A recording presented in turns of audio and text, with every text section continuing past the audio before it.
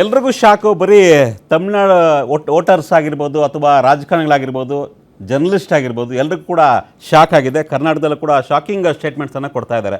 So ಇದ್ರ ಬಗ್ಗೆ ಮಾತನಾಡೋಣ. ಏನು ವರ್ಕೌಟ್ ಆಯಿತು, ಹೇಗೆಲ್ಲ ತಮಿಳ್ನಾಡಿನಲ್ಲಿ ರಾಜಕಾರಣದಲ್ಲಿ ಬದಲಾವಣೆಗೆ ಏನು ಕಾರಣ ಆಯಿತು, ಇದೆಲ್ಲರ ಬಗ್ಗೆ ಮಾತನಾಡೋಣ. ಇದ್ರ ಬಗ್ಗೆ ಮಾತನಾಡೋಕ್ಕೆ ನಮ್ಮ ಜೊತೆ ಗೆಸ್ಟ್ಗಳು ಜಾಯ್ನ್ ಆಗಿದ್ದಾರೆ. ಮೊದಲನೇದಾಗಿ ನಮ್ಮ ಗ್ಯಾರಂಟಿ ನ್ಯೂಸ್ನ political bureau head Maruti Pavagada ಇದ್ದಾರೆ. Maruti, welcome to the show. ಅದೇ ರೀತಿ BJP ನಾಯಕರು ಚೀನಾರಾಮ್ ಅವರಿದ್ದಾರೆ. ಸರ್ ನಮಸ್ಕಾರ ಸರ್.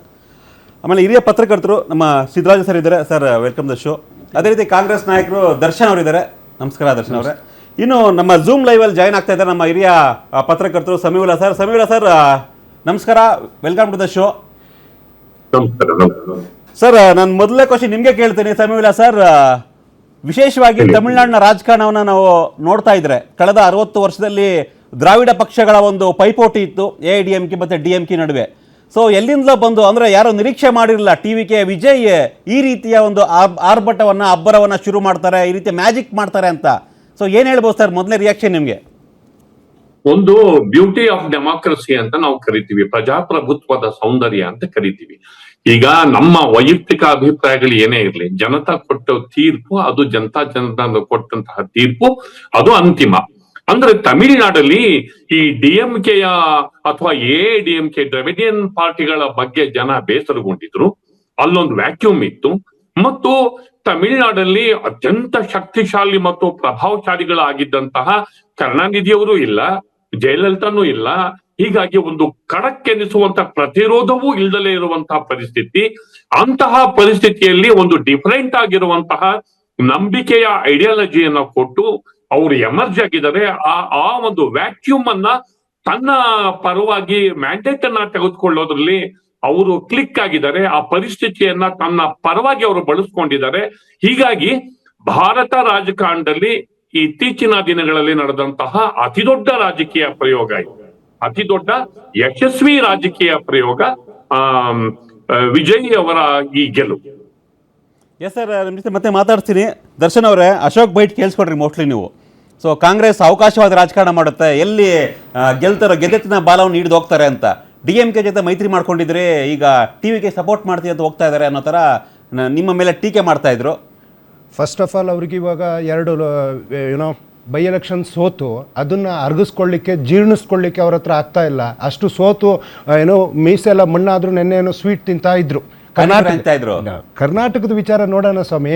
ಸೋತಿದಾರಲ್ವಾ, ಏನು ಮೀಸೆ ತಿರುವಿದ್ದೇನು ಹೋಗಿದ್ದೇನು, ಕುಮಾರ ಕಂಠೀರವರು, ಸಾಮ್ರಾಟ್ ಅಶೋಕ್ ಅವರು, ರಾಜ ಹುಲಿ ಮರಿ ಹುಲಿ ಅಂತೇಳಿ ದೊಡ್ಡ ಸೇನೆನೇ ಹೋಗಿ 2 ಪಕ್ಷ ಒಂದಾದರೂ ಬಿದ್ದಿದ್ದಾರೆ.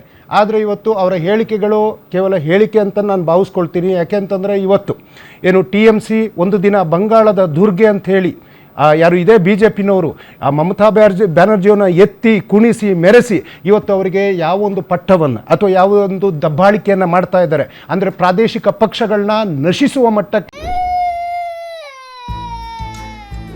ನಿಮ್ಮ ಮಗು ಅಳ್ತಿದ್ಯಾ? ಹಾಗಾದ್ರೆ ನಿಮ್ಮ ಮಗುವಿಗೆ ಜೀನಿ ಸರಿ ಇಟ್ಕೊಡಿ. ಯಾಕಂದ್ರೆ ಜೀನಿ ಸರಿ ಇಟ್ಟು ನಿಮ್ಮ ಮಗುವಿಗೆ 100% ಸರಿಯಾದ ಆಹಾರ. ನಿಮ್ಮ ಮಗು ನೆಮ್ಮದಿಯಾಗಿ ನಿದ್ದೆ ಮಾಡಬೇಕಾ, ದಷ್ಟಪುಷ್ಟವಾಗಿ ಬೆಳಿಬೇಕಾ? ಹಾಗಾದ್ರೆ ಜೀನಿ ಸರಿ ಇಟ್ಟು ಕೊಡಿ. ಎಲ್ಲಾ ಮೆಡಿಕಲ್ ಶಾಪ್ಗಳು, ದಿನಸಿ ಅಂಗಡಿಗಳು, ಸೂಪರ್ ಮಾರ್ಕೆಟ್ಗಳಲ್ಲಿ ಲಭ್ಯ. ಇನ್ನು ಕೇರಳದಲ್ಲಿ ಒಂದು ಇತಿಹಾಸಕ್ಕೆ ಹೋಗಿರ್ತಕ್ಕಂಥ CPIM ಇವತ್ತು ಏನು ಇದೇ BJP ಒಂದು ಜೊತೆ ಸಖ್ಯಕ್ಕೆ ಹೋಗಿ, ಅದೇ ರೀತಿ RJD ಇರ್ಬೋದು, ಕರ್ನಾಟಕದ JDS ವಿಚಾರನೂ ಆಗಿರ್ಬೋದು, ಇವರ ಬಳಸ್ಕೊಂಡಂತ ಒಂದು ಪ್ರಾದೇಶಿಕ ಪಕ್ಷಗಳ BJP ಜೊತೆ ಎಲ್ಲಿ ಕಮ್ಯುನಿಸ್ಟ್ ಪಕ್ಷದವರು BJP ಜೊತೆ ಅಲ್ಲಲ್ಲ, ಇವರು NDA ಅಂತ ಕೇರಳಕ್ಕೆ ಹೋಗಿ ಅಲ್ಲಿ ಯಾವ ರೀತಿ ಒಂದು ಸ್ಪೆಕ್ಯುಲೇಷನ್ಸ್ ಎಲ್ಲ ಆಗಿ ಇವತ್ತು ನಾವು UDF ಬಂದಿದ್ದೀವಿ. ಎನಿವೆ ನಾವೊಂದು ಪ್ಲಸ್ಸನ್ನು ಮಾಡ್ಕೊಂಡಿದ್ದೀವಿ, ಭಾಳ ಸಂತೋಷ. ಆದರೆ ನೋಡಿ ಸರ್, ಇವಾಗ ವಿಜಯ್ ಅವರ ವಿಚಾರಕ್ಕೆ ಬಂದರೆ ನೀವು ನೋಡ್ಬೋದು 2019 ಚುನಾವಣೆ ನಡೆಯುವ ಸಂದರ್ಭದಲ್ಲಿ ಒಂದು ಕಪ್ಪು ಕಲರ್ ಸೈಕಲಲ್ಲಿ ಕಪ್ಪು ಕಲರ್ ಬಟ್ಟೆಯನ್ನು ಹಾಕೊಂಡು ಕೇಂದ್ರ ಸರ್ಕಾರದ ವಿರೋಧಿ ಧೋರಣೆಯನ್ನು ಅನುಸರಿಸಿ ಅವತ್ತೇ ಅವರು ನರೇಂದ್ರ ಮೋದಿ ಅವ್ರನ್ನ ವಿರೋಧ ಮಾಡ್ತಾ ಇದ್ರು.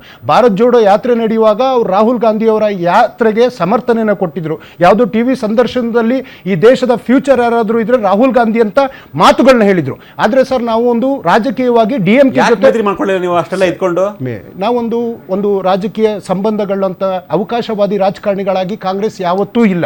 ಕಾಂಗ್ರೆಸ್ ಒಂದು ಸೈದ್ಧಾಂತಿಕವಾಗಿ ಭಾರತ ದೇಶದಲ್ಲಿ ತನ್ನ ರಾಜಕೀಯವನ್ನ ಮಾಡ್ತಾ ಬರ್ತಾ ಇದೆ. ಹಾಗೇನೆ DMK ಜೊತೆ ನಮ್ಮ ಸಂಬಂಧ ಇದ್ದಿದ್ರಿಂದ ಆ ರೀತಿ ಕತ್ತು ಕುಯ್ಯುವಂತ ಕೆಲಸವನ್ನ ನಾವು ಎಂದೂ ಮಾಡಿಲ್ಲ. ಆದರೆ ರಾಜಕೀಯ ಬೆಳವಣಿಗೆಗಳು ಆಗ್ತಾ ಇದೆ. ನಮ್ಮ ಪಕ್ಷ ಯಾವುದೇ ನಿರ್ಧಾರವನ್ನ ತಮಿಳುನಾಡಿನ ವಿಚಾರವಾಗಿ ತಗೊಂಡಿಲ್ಲ. ಕೂಸುಟ್ಟುವ ಮೊದಲು ನಾಮಕರಣ ಮಾಡುವಂಥ ಕೆಲಸಕ್ಕೆ ಆರ್ ಅಶೋಕ್ ಅವರು ಹೋಗ್ತಾ ಇದ್ದಾರೆ. ಹಾಗಾಗಿ ಅವರ ಹೇಳಿಕೆ ಒಂದು ಬಾಲಿಶ ಹೇಳಿಕೆ.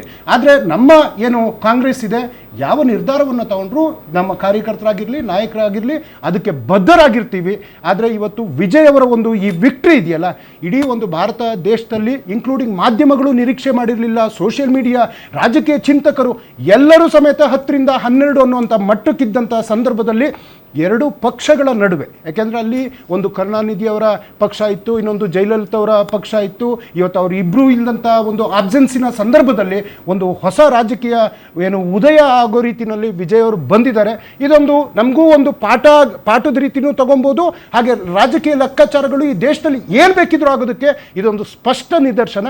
ಆದರೆ ನಮ್ಮ ಪಕ್ಷ ಇನ್ನೂ ಯಾವುದೇ ನಿರ್ಧಾರವನ್ನು ತಮಿಳುನಾಡು ವಿಚಾರಕ್ಕೆ ಮಾಡಿಲ್ಲ ಸರ್.